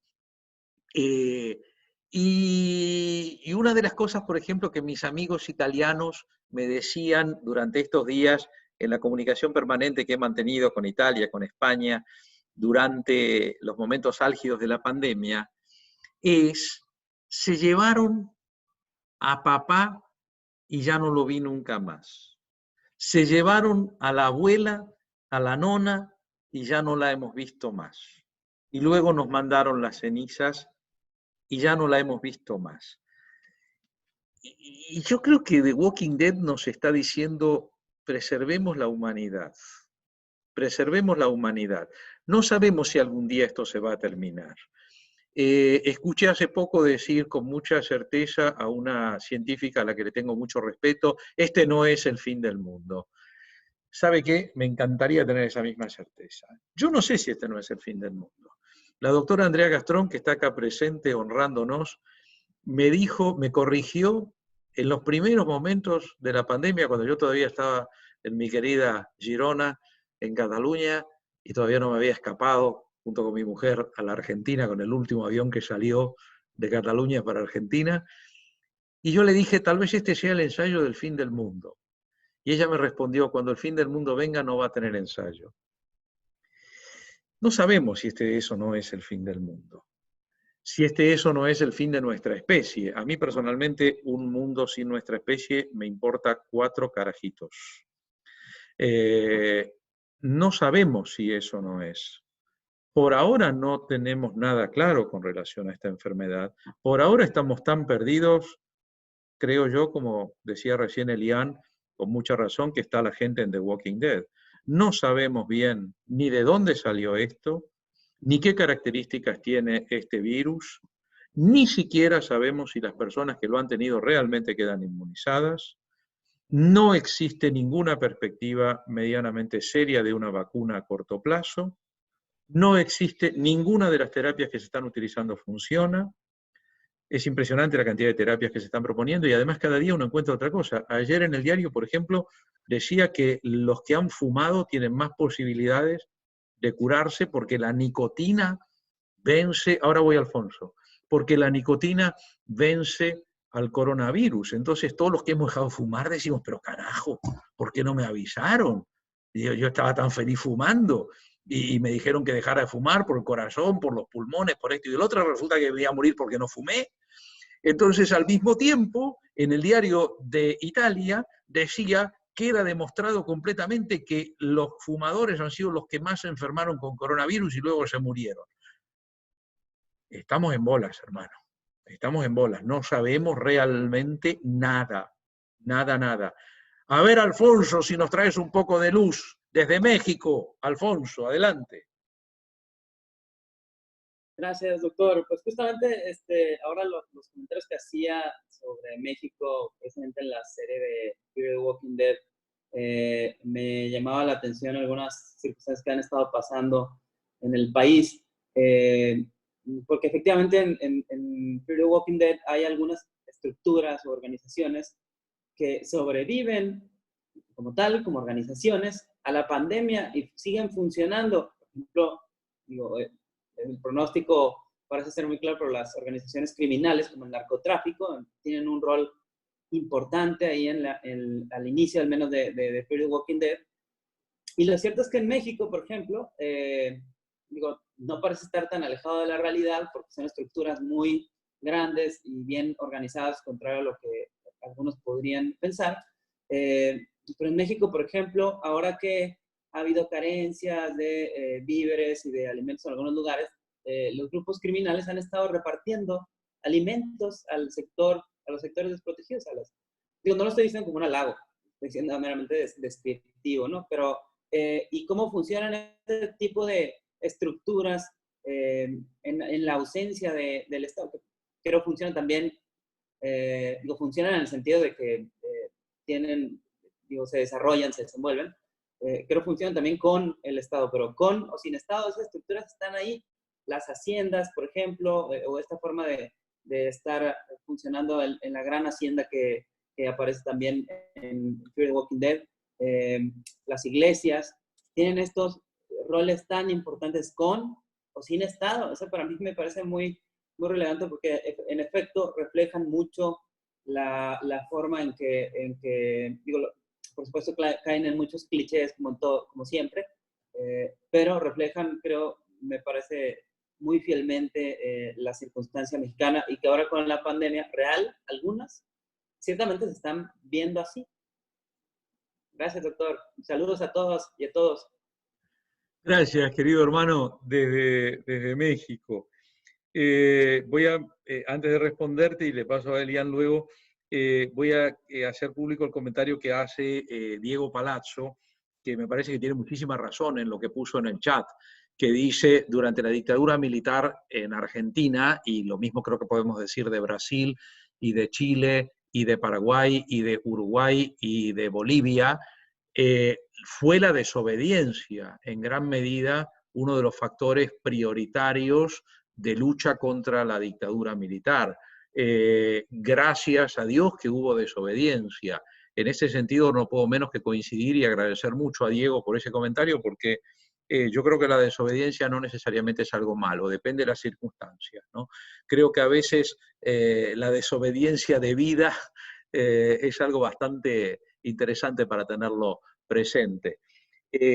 Con relación al comentario que hacía Alfonso tan oportuno, me venía a la cabeza la situación que se ha planteado en Río de Janeiro, por ejemplo, con algunas favelas que están bajo control de grupos narcotraficantes, tipo Comando Vermelho y por el estilo, que estos grupos han gestionado la pandemia adentro de las favelas y exitosamente. O sea, esto que ya Platón planteaba hace 2500 años, de decir qué bien funcionan los ordenamientos jurídicos de los piratas, de las bandas dedicadas a tareas delictivas, que a veces funcionan mejor que un ordenamiento jurídico de una polis, de una ciudad. Esto se ve en The Walking Dead. En The Walking Dead se ve muy claramente este fenómeno, y creo que acá tenemos ni más ni menos que a la doctora Andrea Gastrón, una de las sociólogas jurídicas más importantes de Latinoamérica, que nos está escuchando y que seguramente tendrá, si es que no se fue, porque me parece que se fue, porque veo el placar de la casa de ella en este momento. Así que me parece que se fue seguramente a hacer chichi. Pero esto queda grabado, qué horror. Pero lo cierto es que ella lo verá del punto de vista sociológico. Pero no deja de ser muy interesante, porque en situaciones de crisis a veces se dan estas sobrevivencias de organizaciones delictivas. Ahora, otra cosa que quería destacarte, ahí volvió Andrea, qué suerte. Estábamos preguntándonos dónde estabas, Andrea, porque veíamos el placar, y justo yo dije que podía ser interesante tu intervención ahora con el comentario que hizo Alfonso, de que en una situación como la de The Walking Dead, las organizaciones criminales pueden llegar a tener una mejor posibilidad de sobrevivencia y de gestionar las crisis que las otras. Pero espera que ahora te paso. Y la otra cosa que quería decirte, Alfonso, es que en Fear the Walking Dead, que es la mexicana, entre comillas, en Fear the Walking Dead, el ejército, al principio, insisto en lo que dije hace un rato, al principio el ejército aparece como benefactor, o sea, aparece trayendo comida, trayendo abrigos, dando casas y demás, y hay un momento en el cual empieza una transformación.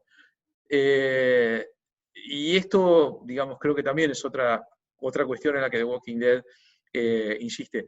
Elian, ¿te parece que le demos a Andrea para que nos diga algunos comentarios desde el ángulo de la sociología? Elian, dale, Andrea, que Elian está Elian, ¿le damos a Andrea la palabra? Sí, eso te estaba diciendo. Sí, eso decía, que tome ella la palabra.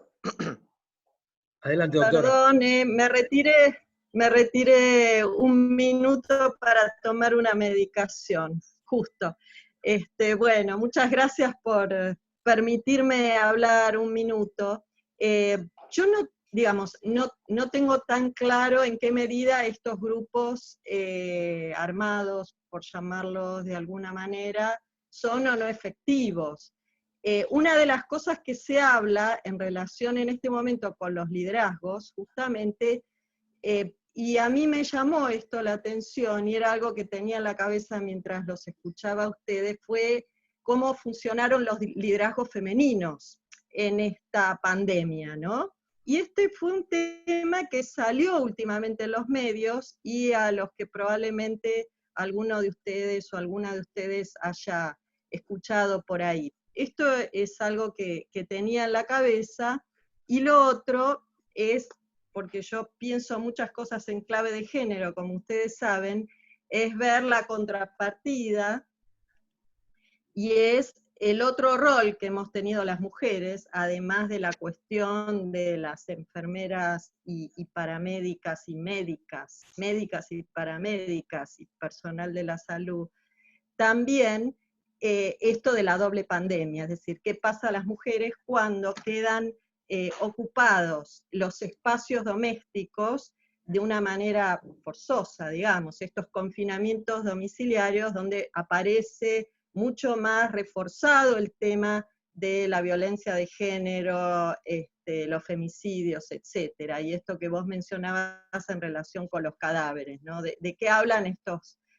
cadáveres de las mujeres muertas por femicidios, ¿no? Entonces, a mí estos aspectos son los que me llamaron la atención en relación con esta pandemia, ¿no? Y en relación a este comentario de que, bueno, cuando el fin del mundo venga no va a tener ensayo, que me hiciste acordar, es cierto, yo creo y espero, es una mezcla de lo que creo y lo que tengo ganas de que pase, de que este no es el fin del mundo, y esa expresión me parece que tenía que ver con eso, pero pienso sí que tal vez es el fin del mundo tal como lo conocimos hasta ahora, ¿no? Creo que yo espero que el mundo siga andando, pero esto va a traer cola, digamos. Esto viene acompañado de una serie de cambios sociales cuyo alcance hoy por hoy no me animo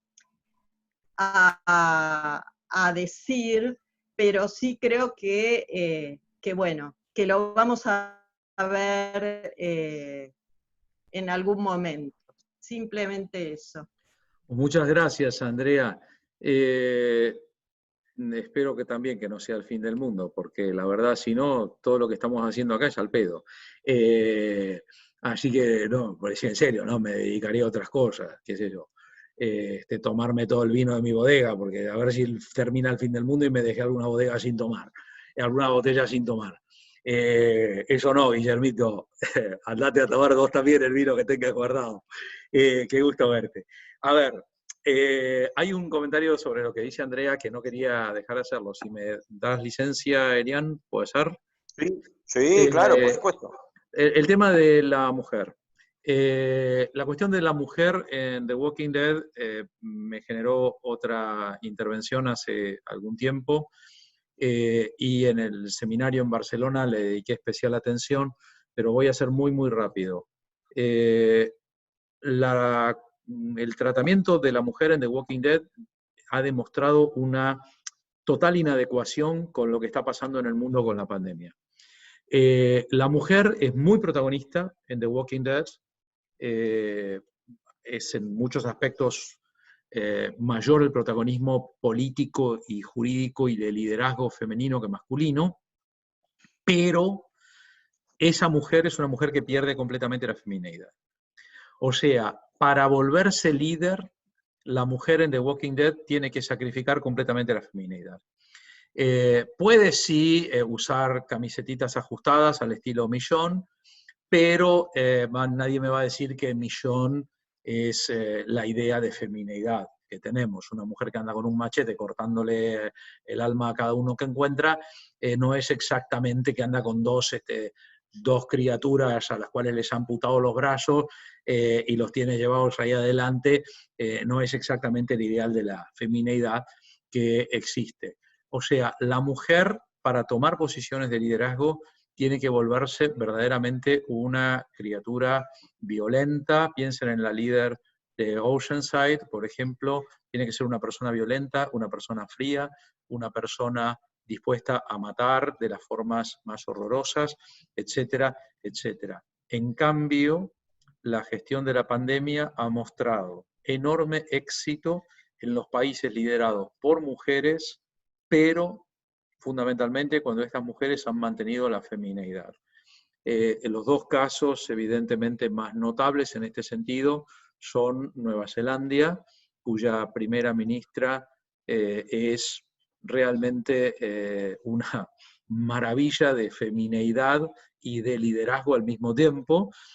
Una primera ministra que se dirige al país desde su casa en jogging, diciendo: discúlpenme que no esté vestida oficialmente, pero es que tengo que ir a acostar a los chicos, ¿no? Y al mismo tiempo está generando tal vez el mejor manejo de la crisis que haya habido en el mundo. La primera ministra de Finlandia, que es la persona más joven del mundo, primer ministro en este momento, tiene 34 años, yo no quiero que alguien califique de sexista el comentario que voy a hacer, pero las dos son muy lindas.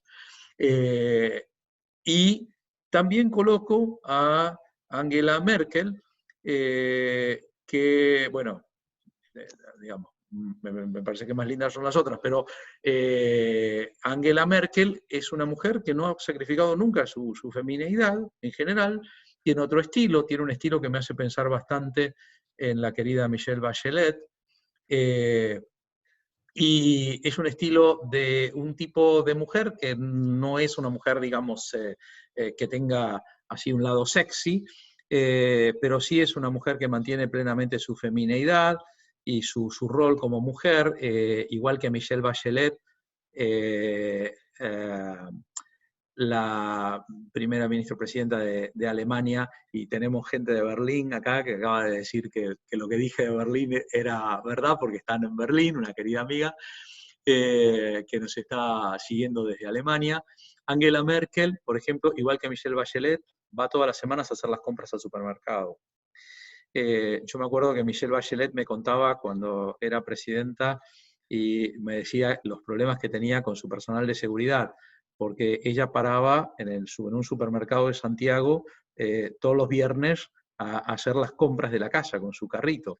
Y el personal de seguridad le decía: pues mire, señora presidenta, cerramos el supermercado para que usted haga las compras. Y de ninguna manera, de ninguna manera. Y los pobres del personal de seguridad tenían que ir corriendo, y ella tampoco quería que los vieran, así que tenían que ir corriendo. Bueno, y este tipo de mujeres femeninas, en gran medida en los países nórdicos, que tienen una predominancia del liderazgo femenino, tal vez herencia de Lagertha, para los seguidores de Vikings. Pobre Lagertha, bueno, no quiero hacer spoiler, pero lo cierto es que el liderazgo femenino que está teniendo éxito es el liderazgo femenino de mujeres que no han sacrificado su femineidad. Esto me trae siempre al recuerdo las cosas que decía una brillante, que dice seguramente una brillante profesora italiana, Luisella Battaglia, que siempre sostuvo que había una ética masculina y una ética femenina, y que el elemento fundamental en la ética femenina era lo que ella llama la ética de la cura, la ética del cuidado. O sea, el elemento del cuidado en la mujer es biológico, viene de su propio cuerpo, de su propia capacidad de gestar. Que geste o no geste es otra historia. Una mujer no es menos mujer porque no pueda gestar. Y una mujer no es menos mujer porque le hayan hecho una histerectomía. La mujer sigue siendo igual de mujer. Pero duele cuando una mujer sacrifica su riqueza femenina para tener que gobernar con eso. Yo creo que en The Walking Dead ese factor es un factor que no funciona del todo bien. Elian, te propongo que digas las palabras de cierre. Lo que quiero, antes de que vos cierres, es invitarles a todas y a todos el lunes a las 18 horas. También hay que inscribirse por el Departamento de Ciencias Sociales, igual que se han inscrito para esta reunión. Vamos a tener más espacio el lunes. Vamos a un evento de características completamente distintas, pero creo que va a estar muy interesante. Vamos a analizar desde el punto de vista de la bioética jurídica, Elian, te espero muy especialmente, desde el punto de vista de la bioética jurídica, la declaración de la UNESCO sobre el coronavirus y sus implicancias éticas, sociales, jurídicas, y la vamos a analizar con una integrante de la Comisión Internacional de Bioética de la UNESCO, la profesora doctora Paula Siverino Babbio, que es doctora de la Universidad de Buenos Aires y que integra el Comité Internacional de Bioética, la Comisión Internacional de Bioética de la UNESCO, y por lo tanto participó en la redacción de esta declaración.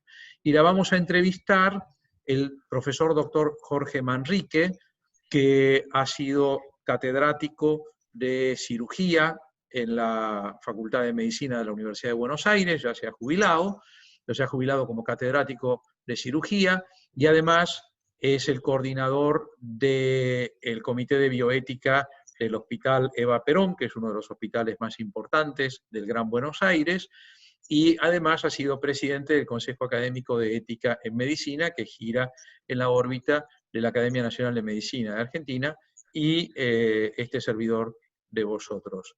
A las 18 horas también, y también con inscripción previa.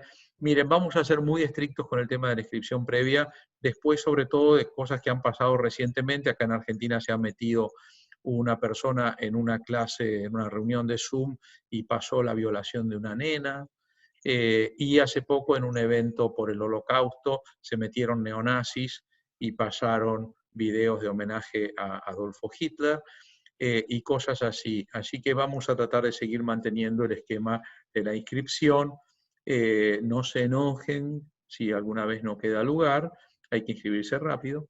Pero bueno, ya ven que acá, por ejemplo, se habían inscrito para este evento muchísimas personas y apenas pasamos de 50. O sea que hubo 40 pelotudos y pelotudas que ocuparon lugares que otras personas a las que les tuvimos que decir que no, y que se quedaron afuera, y que se enojaron y se pusieron tristes, se pusieron mal, porque no tuvieron el lugar. Y después, estos 40 y tantos pelotudos y pelotudas, capullos y capullas, no vinieron al evento y dejaron los lugares vacíos. Hay que joder a veces. Elian, poné las palabras de cierre, querido. Bueno, la verdad es que para mí ha sido genial, siempre que tengo que pensar algo sobre Walking Dead le sigo encontrando cosas, ¿no? Sigo encontrando cosas, con lo cual quiere decir que nos expresa y nos expresa bastante, para bien y para no tan bien. En ese sentido yo me quiero quedar con lo más lindo de esto, ¿no? Tarde o temprano tiene que amanecer, va a amanecer. En algún momento va a amanecer. Yo soy optimista porque no queda opción, ¿no? No porque sea mejor ni nada, sino porque no hay opciones. La opción al optimismo, ¿cuál es? ¿Ser pesimista? Bueno, no cuenten conmigo para eso. Y no quiero terminar con un lugar común o con una trivialidad así desde arriba los corazones, pero en algún momento tiene que amanecer, de eso no me cabe la más mínima duda. Hemos superado cosas bastante más dramáticas, y precisamente por haber superado cosas bastante más dramáticas, tenemos un background lo suficientemente consolidado ya para saber por qué caminos no debemos ir.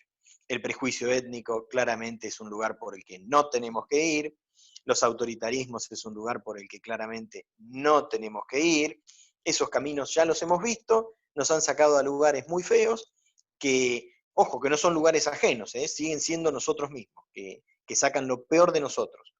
Pero sí me gustaría quedarme con esta idea. En algún momento tiene que amanecer y va a amanecer y tenemos que estar todos para verlo, ¿no? Esperemos que estemos, hagamos lo posible. Eso, Hagamos que lo estemos. posible. Esperemos Che, que gracias. estemos. Gracias a vos por promover estos espacios.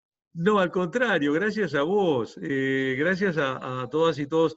Han entrado mientras tanto por chat varios saludos de queridos amigos y queridas amigas desde Colombia, desde Chile, desde Brasil.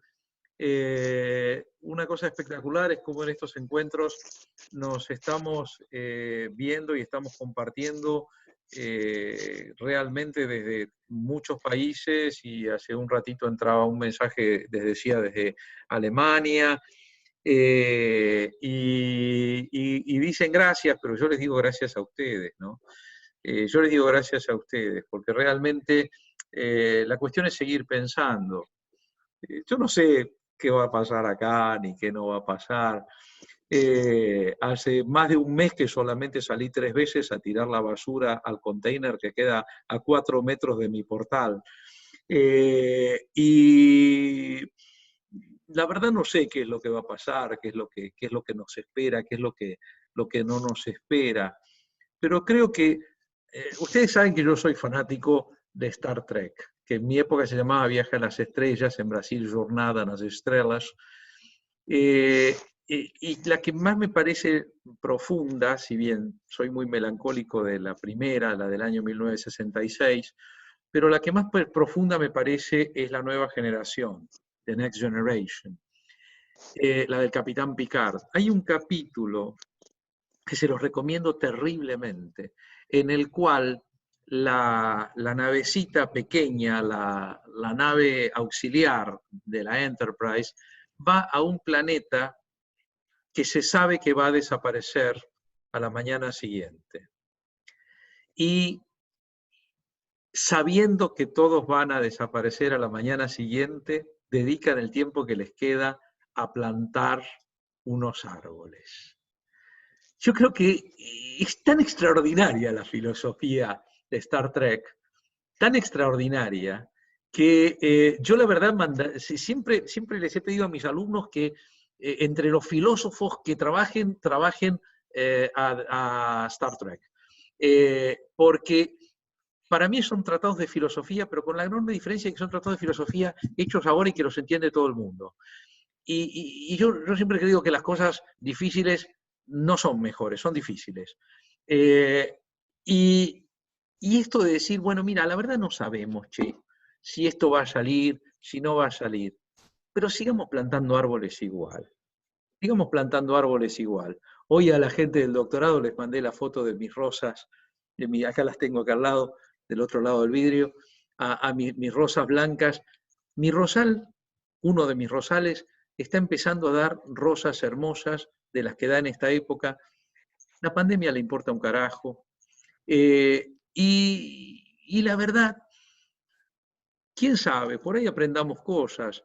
Mi hijo, que vive en Santiago de Chile, en Las Condes, vio pasar por encima de su terraza un cóndor.